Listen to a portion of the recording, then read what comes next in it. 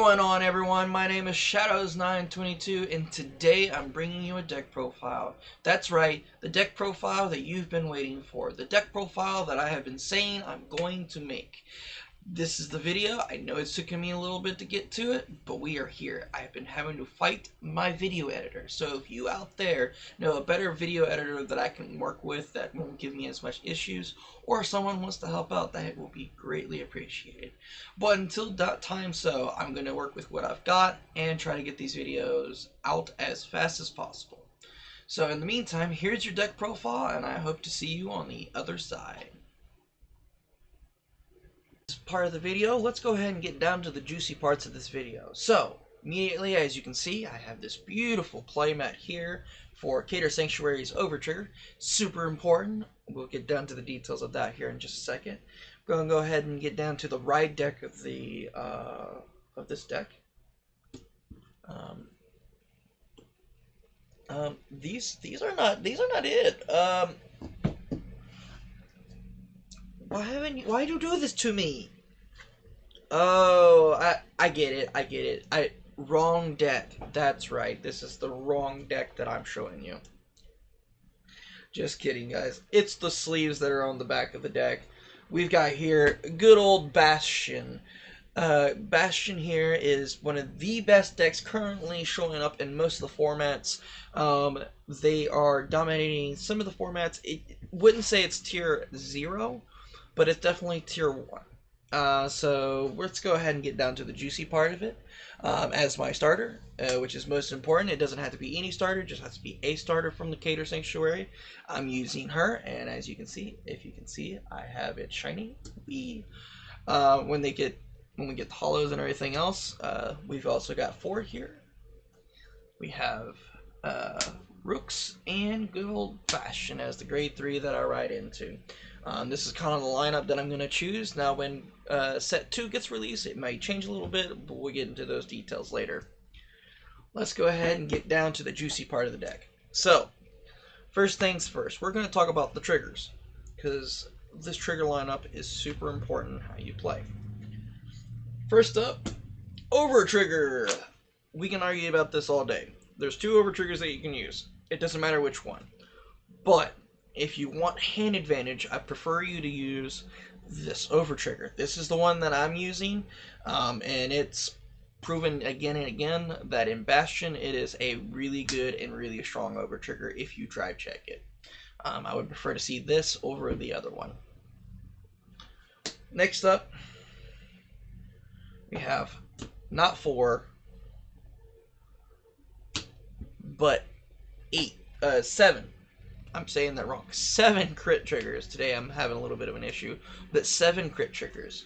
The whole reason for that is that 7 crit triggers on top of the Overtrigger makes a devastating move. And the Overtrigger can also be used as a, in a sense, draw trigger, instead of it being extra damage, which by itself in a Bastion deck, it does extra damage.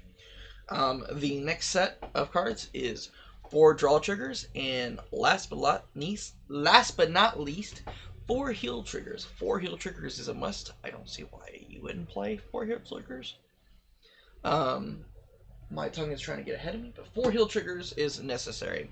4 draw triggers, the whole reason I'm playing 7 crit, 4 draw, 1 overtrigger, is for the simple point of the fact of the overtrigger counts as a draw trigger, and the draw trigger is to add a extra cards to my hand, which is resources, which isn't as important, but it does make a difference. Some of you in the comments are going to be like, well, why are you not using front triggers? The reason I'm not using front triggers in this deck is the fact that I'm already doing enough pressure on its own that the front triggers are not going to cause anything different, so it would just be better to add the resources to my hand. So let's go ahead and get down to the cards that I play in grade 1. These cards are super important. Let me go ahead, and the first set of stuff that we play is I play 4 P guards. You do not play 4 P guards. I do not care which one you use. This one is really good, and it's actually in some senses better than the other one. If you can get your hands on it, definitely do so. but if you can't, as a budget, you can get away with not. The card itself is mandatory in most decks that you want to play 4 of, because you never know. You want to stop an attack that's going to hurt you. Having a guard for it and use your hand really sucks. And last but not least, for the grade 1s, I play 3 of the Painkiller Angel. Yeah, Painkiller Angel. The reason I play 3 of and not 4 of is for the simple point of the fact of she's really good, but not that good. And she definitely helps get resources and try to get more resources from my deck to my hand. Now, there's no grade 2s. I'm not playing the Rook at 3 of in the deck for the simple point of the fact of it is really good, but there's so much room that I have to put stuff in the deck that I can't fit it into the deck to make it good. If I could play with more than 50 cards, I would. So, let's go ahead and get down to the most important grade 3. Aldens. Aldens are super important, and they bring most pressure to the game when they're played, for the simple point of the fact of they give a +5, and then on top of Bastion they get a +2, so that when they swing on a normal end, they usually swing for like 20,000, which is super important. The next grade 3 I play, is super important. Now this one's going to make you question why I play it, and this is where I'm going to get down to the most important part. I play 3 of the Downswing of Sword of Judgment. Some of you are going to be like, well, 4 is what's being played in the control version of the deck. Yes, the control version of the deck is doing really good at a 4 of. I was trying to fit some other things into the deck, and I didn't like seeing it as much, so I bumped it down to 3 and increased some other cards, which we'll get into here in a little bit. But 3 of, super important. This is probably the one card that helps get around some of the problems that you have. If you see Dragon Empire, this immediately destroys them, because it doesn't destroy their monsters, it sends them to the bottom of the deck, which we'll get into later. I'll talk about tips and whatnot about the deck later. The next set of cards, if you play a whole bunch of grade 3s, what do you play beside those grade 3s? Because your hand sucks. 4 of this girl. This girl saves my life so many times. You play 4 of her, and you enjoy it, because you play a whole bunch of grade 3s. You could get away with playing less than 4 of her, but it's a really tough decision to make. The whole reason I play 4 of her is for the simple point of the fact that I enjoy having that guard, and if I had another choice other than her, it would be the Order. The Order does so much better. We'll talk about those later in another video. But in the meantime, I play 4 of her. The next most important card is Rafluk. You play 4 of Rafluk. Rafluk is your boy. He will get you there and back. It's because we're playing Downswing in the deck, it makes a really big difference when you ride grade 3 first. Because in a lot of games, you'll have to wait until you get to Persona Ride, and then this card can go active. Then Downswing can go active. But with Rafluk, it makes it go 1 turn earlier, which can make a very big difference in the game. And on top of that, it can go in the soul and give a grade 3 +10, which can make Alden a 30k when it goes to swing without any other boost. Super important, super crucial, and gets past Sprint Gate as well. I'd rather throw this out into their prison, say thank you, take it, put it back in the soul. You never get that card again. Some next cards that I play that are super important, and you're going to go, well, why are you playing 2 of? I play 2 of this card. This card is called the Hour of Holy Judgment Cometh. I call it Pot of Greed. If you do not call it Pot of Greed, that's perfectly fine to you, but I call it Pot of Greed. You can't say it's not. It's the Pot of Greed in Vanguard now. And it changes the way the game gets played. This card was the first card to be shown, and was the first card to say draw 2. So it was Pot of Greed to me. this card makes a difference. The reason I'm playing 2 of is because Alden, yes, does the exact same thing, but I like to have a little bit of extra draw power on top of this. If Alden's not able to go off, I can actually use this to go off and do things with, because it draws 2 and gives a unit +5. And I do say a unit because that means you can give the Vanguard +5. Super important, super crucial, but not so crucial that you have to play 4 of. Not in Bastion, at least. The next set of cards are super important as well, but not as important. I thought they would make a good difference in the way the deck gets played. I play 2 of Fasaldo. As you can see, one of the cards assigned. I'll explain that here in just a second. But 2 of Fasaldo is really good. It countercharges and soul charges. I can't say anything that does better for it, because everything else that you're doing, you're counterblasting really hard, you're soul blasting sometimes really hard. So this being in the deck at a 2 of is actually not that bad. I would play it a 3 of, but the problem is that I start seeing it too much. You don't want to see it that much. And that's the same problem with 4. It's not that good. It's not the theme of the deck. And for the 1 of tech, I play Darkstrain Dragon. Darkstrain Dragon is a really good card. I don't want to see it that much, but I do want to see it when I do have the chance. And most of the time I'll hold it in hand as hard as possible. This card single-handedly turns all your grade 3s on when they're on the board and Soul Blast 2, and they all get boost. I also like to call this, when I play it, the Almighty Push. It definitely makes a change in most of the games and most of the decisions that I have to make. If this card ever disappears out of my hand, I don't need to kill you with Almighty Push. I usually will kill you with everything else. But if I do get to play Almighty Push, I'm coming in as strong as possible that turn. Next up, final card. The most important card. I can't say it anymore. If you do not do this, you're a bad player. 3 of Bastion in the deck. That means 4 Bastions. If you do not play 4 copies of your card that you're going to Persona ride every turn, it's really bad.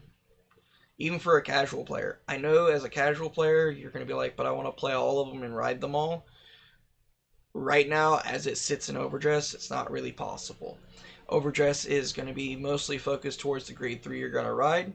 So the best decision for you at this time, even as a casual player, is to go ahead and play 4 of the card you're going to Persona ride every turn. I can't say any of the why this card is even good, because the card says it all by itself. Right off the bat, it gives continuous during your turn. All grade 3s get +2. Super crucial. And then its second skill, which makes it better than maybe Hex Orb, which is the other option in Cater Sanctuary. At the end of the turn, once per turn, or at the end of the battle, correction. At the end of the battle, that you drive check revealed a grade 3 quotation, or not quotations, that information right there. Once per turn.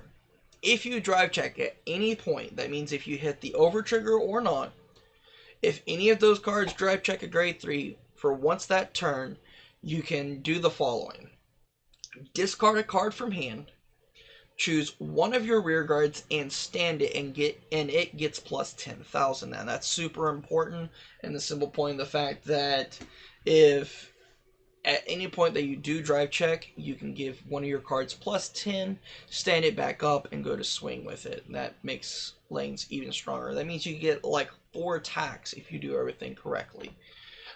There will be times that we're trying to get some other cards from set 2 that are going to do really good. We'll get into those a little later in like another video. But for right now, this is the deck profile, and that's all the cards that are there. So we're going to go ahead and end this part, and we'll get into the actual tips and tricks. Alright, welcome to the tips and tricks and also mindset, because this deck has a really big importance in why you have to play it at the competitive level that you do. So, important again, I will say this repeatedly. Play 4 of. 1 for your right deck, 3 in the main deck. Super important. Shouldn't have to say any more for that. You persona ride it. You do the thing. You get plus 10, your front 10 to your row, and draw a card. Sounds really good. Okay, so Alden. The reason I'm going to talk about Alden real quick. Alden is a super important tip card. This card says, when it does it, so on and so forth. When this card is placed, or correction, when this unit is placed, Counterblast 2 and Soul Blast 1. Choose a card from your hand and call it to rearguard. If you called a grade 3, draw 2 cards. Super important, really good. Probably one of the best cards in the game right now. Then, when this unit attacks, auto. We're going to get to that in a second. If you have 3 or more grade 3 units, keyword units, this gets plus 5 until the end of the turn. What makes this super important is that when this card goes to attack, for example, let's go ahead, pick this up, have this here. Let's say we didn't use this effect, but we have Bastion on board. Ooh, why is my camera moving? So, most of the time, Bastion as your Vanguard is going to be the last thing that's going to attack, or the second thing that's going to attack. So the first thing you want to attack with is Alden. Alden by himself swings for 20,000 at first. That's no persona rides, that's just going into grade 3, yada yada yada. If he swings for 20,000, and then I swing with my Vanguard, like so, I drive check, and then his skill pops off, I can then restand him, and he will get 30,000 from this, right? Correction, that is correct. He will be at 30,000, but when he goes to attack again, he will now be at 35,000 attack, which can make a super big difference in the game as it's being played. And that's the same thing again whenever you persona ride. That goes from a 30 to a 45 power. That's a 15 power jump. That can make a big difference in the way your opponent has to guard. It goes from a 2 card to even a 3 card guard, and that's not even including if you drive check and over trigger. Again, it's really crucial. Next card. Let's go into Downswing. Downswing, what is going to be the reason that you're going to keep this card even in hand when you have it? Are you playing against Dragon Empire? Yes, keep this card in hand at all times. Are you playing against Brentgate? You probably should keep it in your hand at least one of, not early. If you have it early, go ahead and throw one of them away. It's not going to hurt you. 9 times out of 10. Unless they're rushing you really hard, then yeah, it might be important. But really not. When you're fighting Brentgate, this is going to be crucial. When you're fighting Dark States, this will be crucial. For the simple point, the fact is that Dark States has a really big problem, and their biggest flaw is whenever they're doing all their attacks and playing all their units, they're playing them from hand. So they're giving up some of their hand to play these units. So the more you take away from them, the better. And this takes away 2 if you do it right. For Dragon Empire, this is where the most focus comes in. I play 3 up because I also don't play against Dragon Empire that much, especially where I come from. But if I do, this will be a solving problem. For the simple point of the fact is that Trickstar is a thing, and Overdress can be a problem for you. If you end up fighting Overdress, this card will single-handedly, yeah, you know what I'm looking for on that information here. It will single-handedly get rid of Overdress and take away that problem away from your opponent, and then they have to figure out some way of getting more Tricksters onto the board. If you can stop their Tricksters from going to the graveyard, you have won the game. This card single-handedly can take up to 2 cards in Overdress, or 3 cards if they've gotten to Valiente, or more, if they wanted to stack it that hard. Who knows? But this card single-handedly will win you the game. against Dragon Empire. Next card. I'm going to talk about this card yet again. This problem with this card is that you have to have the counterblast for it. That's it. Once you reach grade 3, play this card, draw 2 cards, counterblast 2, obviously give a unit plus 5. You do not have to have other units other than your Vanguard to play this card. You can have just your Vanguard on board, play this card, give your Vanguard plus 5, and draw 2. Pro move. Pro move. Especially if you don't have an Alden in hand. Or if you have an Alden in hand but don't have another grade 3 to play. Definitely play it first, by the way. If you have an Alden and you don't have another grade 3 but that's in your hand, play it first. Do not play the Alden. Try to make something happen. This card could single-handedly change the way the game's being played at that turn. This card right here, Rafluke. Rafluke is really good against Brentgate when you're playing against Imprison. If they start playing Imprison and they're going, cool, I want you to take a card out of your hand and imprison it, imprison the Rafluke. Or Alden. Alden is another good choice for that. Because if any of them are placed, for example, Rafluke, if you play Rafluke and you want to put it in a soul to give another grade 3 plus 10, do so if you're able to. Take it out of their imprison, take whatever they get plus off of that, and take it away from them.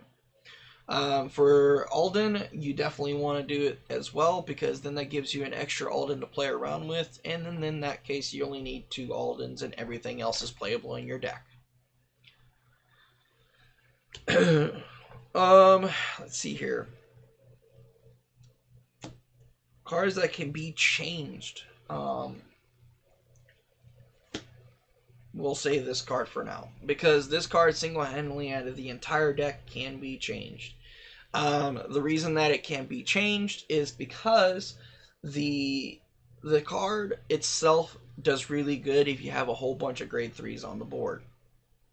The order, I'm trying to remember the exact, it's not a normal order, but the other order that gives plus 15 to your rear guard or your Vanguard, in a sense, because that's where it's going to go most of the time, is if you have 3 units on the board. This one, if you have grade 3s on the board, for every 2 grade 3s, give it plus 5, and that includes even if it's on the Guardian Circle. So you can play a whole bunch of her, and she will get plus 5. For example, this right here that you're looking at is already 10. 20, so that's 20 apiece. 20,000 guard by itself sitting right here. If you have all 4. That's a lot of numbers. So that's 20, 40, 60, 80 if all 4 of these are on the board. Because they all get plus 5 for each. For every 2 grade 3s. Actually, I'm saying it wrong. That is 10, 20, 30, 40. Correction, that's 40,000 guard. And that can make a big difference in some of the plays that you make, especially if you hold all 4 of these in hand and you need something to guard with later. And plus, it's another grade 3, so if you run out of grade 3s to be playing, play it. But that's my tips and tricks and the mindset that you need to be in when playing this deck. We're going to go into the next final part, which is just saying hellos and goodbyes. And hopefully for the new start of the videos. So, there you have it. That's my deck profile. I hope you enjoyed it. If you haven't already and you enjoyed the video, definitely just hit a like and subscribe. Hit that bell button. And that way you can always stay notified whenever I make these deck profiles. Now the next profile that's going to be coming up here in the next week or so is going to be Hexa Orb. I'm going to make sure all of it's done for you so that way you can understand the tips and tricks that you need to be in the mindset for it. Here in between those times we might be doing some live streams, so stay tuned for those. I do those usually every other day depending on how I feel right now because it's so hard to get this videos made, stuff like that. And again, I want to say thank you for everyone that's been joining up on my channels. It's been a real big pleasure seeing you guys joining, commenting, being a part of my live streams, saying hello. That's the most important part when you join my live stream. Say hello if you join. That helps me know that there's people watching and whatnot, or at least joining in to support.